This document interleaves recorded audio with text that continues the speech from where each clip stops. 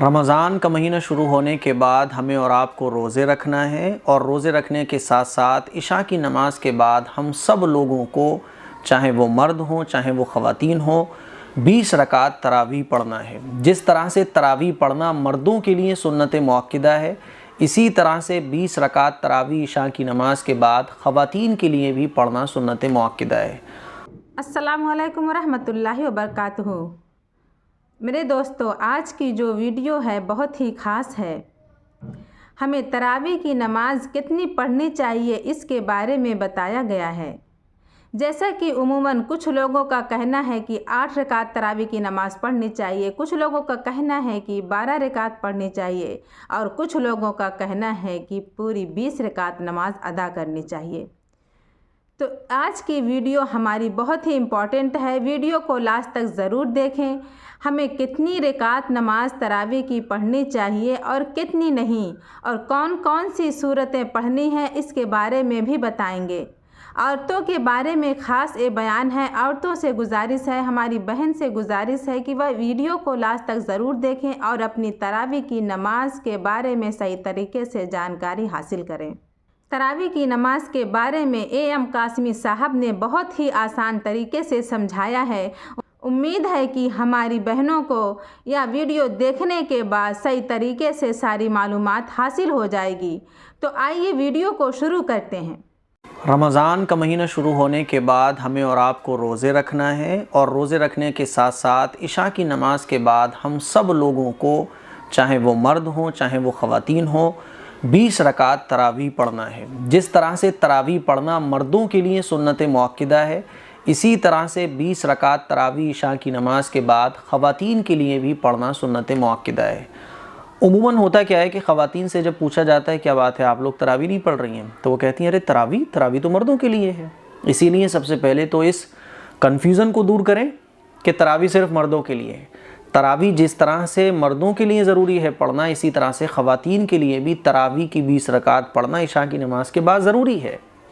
इसीलिए हमारी ख़वातीन, हमारी बहनें, हमारी माएँ अभी से ये इरादा कर लें कि हमें 20 रकात तरावी पढ़ना है। कैसे पढ़ना है उसका तरीक़ा आज मैं आप लोगों को बताने जा रहा हूँ। इशा की नमाज़ आपने पढ़ ली। इशा की नमाज़ पढ़ने के बाद आप नियत कर लें कि ए अल्लाह मैं 20 रकात तरावी पढ़ने जा रही हूँ, और शुरू में ही नियत कर लें।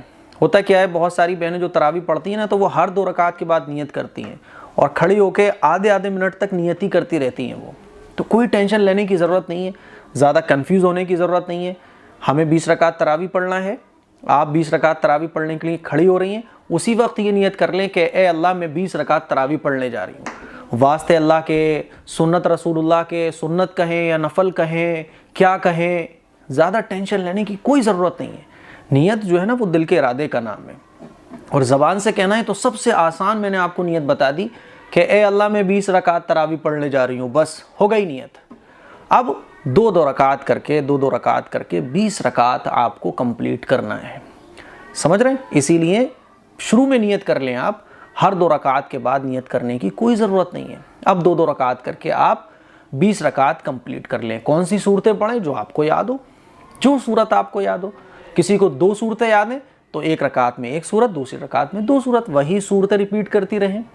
किसी को अगर 1 सूरत याद है तो रमज़ान का मौका है, दूसरी सूरत याद करने की कोशिश करें। हिंदी में भी याद कर सकती हैं आप, है ना। कुरान मजीद पढ़ना आता है तो अरबिक में याद करें। किसी को अगर 1 सूरत याद है तो उस खातून के लिए बेहतर है कि वो दूसरी सूरत याद करने की कोशिश करें। अगर 1 आयत भी आप रोज़ाना याद करेंगी तो 4-5 दिन में 1 सूरत आपको याद हो जाएगी। क्या मुश्किल है? लेकिन फिर भी अगर किसी को 1 सूरत याद है तो वही 1 सूरत बार बार रिपीट करती रहें हर रकात में, लेकिन बहरहाल तरावी पढ़ना है। और अगर किसी को कुछ भी याद नहीं है तो भाई याद करो, ठीक है। तो नियत कर ली आपने कि ए अल्लाह मैं 20 रकात तरावी पढ़ने जा रही हूँ। 2 रकात पढ़ें, फिर 2 रकात पढ़ें, और 4 रकात के बाद थोड़ी सी देर बैठें। थोड़ी सी देर जो बैठा जाता है उसमें आप तरावी की दुआ भी पढ़ सकती हैं, है ना। सुबहान दिल मुल्की वल मलकूत, ये दुआ बहुत ज़्यादा मशहूर है, लेकिन ये दुआ कोई मसनून नहीं है। इसके अलावा आप जो चाहें वो पढ़ सकती हैं, कोई दिक्कत वाली इसमें बात नहीं है। 4 रकात के बाद तरावी की जो हम लोग बैठते हैं ना, उसमें हम जो चाहें वो पढ़ सकते हैं, और अगर कुछ ना पढ़ें तो खामोश भी रह सकते हैं, कोई मसला नहीं है। फिर 4 रकात पढ़ ली हमने, थोड़ी सी देर हम बैठ लिए, फिर उसके बाद 2 रकात पढ़ें, फिर 2 रकात पढ़ें, फिर थोड़ी सी देर बैठ जाएं। इस तरह से 20 रकात आपको कंप्लीट करना है। 20 रकात कंप्लीट हो जाएं, दुआ कर लें, हो गई आपकी तरावी की नमाज। इसीलिए हमारी बहनों को चाहिए कि तरावी की नमाज़ पढ़ें। हमारी माएँ इस बात को अच्छे से समझें कि तरावी की नमाज़ पढ़ें। थकान बहुत हो जाती है, काम करने के बाद मन नहीं होता है, तबीयत नहीं होती है। तो मेरे अजीज़ बहनों, ये रमज़ान का महीना है ही अल्लाह के लिए अपने आप को थकाने का, अल्लाह के लिए अपने आप को इबादत में लगाने का, अल्लाह के लिए अपने आराम को छोड़ने का।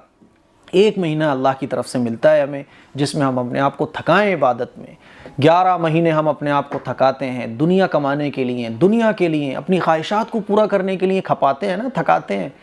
एक महीना अल्लाह ने हमें दिया है, ये महीना है ही अपने आप को थकाएं इबादत में, आराम छोड़ दें अल्लाह की रज़ा के लिए, कि जब आखिरत में हम जाए ना, तो अल्लाह के सामने हम जब पेश हों तो हम कह सकें कि अल्लाह देख, मेरा बदन चाह रहा था आराम करना, मेरी तबीयत चाह रही थी आराम करना, सुस्ती आ रही थी, आंखों में नींद थी, लेकिन अल्लाह मैंने तेरी मोहब्बत के लिए, तेरी इबादत मैंने की, जन्नत के लिए मैंने इबादत की।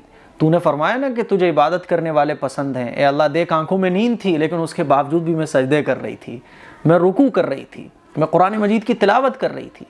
तो मेरी अजीज़ बहनों, ये महीना है ही अपने आप को थकाने का। इस पूरे महीने में जितना हो अपने आप को हम थकाएं। अल्लाह इसी से तो खुश होता है ना कि आंखों में नींद है, लेकिन फिर भी अल्लाह की इबादत हम किए जा रहे हैं। बदन थका हुआ है, थकान से चूर हो चुके हैं हम, लेकिन फिर भी सजदे में पड़े हुए हैं। नींद है, ज़बान, बॉडी, कुछ मन नहीं हो रहा बोलने का, लेकिन फिर भी हम अल्लाह का कुरान पढ़ रहे हैं, कलाम पढ़ रहे हैं। इसी से तो अल्लाह खुश होता है कि देखो मेरा बंदा, तबीयत है कि नहीं चाह रही है इबादत करने की, थकान है, नींद है, लेकिन उसके बावजूद भी जो है ना, वो मेरी इबादत में लगा हुआ है। मेरी बंदी को देखो इबादत में लगी हुई है। इसीलिए सुस्ती 11 महीने आराम के लिए है ना, लेकिन रमज़ान का महीना ये इबादत का महीना है, इसमें अज्र ज़्यादा होता है ना। इसमें अल्लाह ताला की तरफ से रहमतें बरसती हैं, मग़फ़िरतें बरसती हैं, जन्नत की सेल लगती है। तो ये अपने आप की बख्शिश कराने का बड़ा सुनहरा मौका होता है। गोल्डन चांस को कोई भी मिस नहीं होने देता है।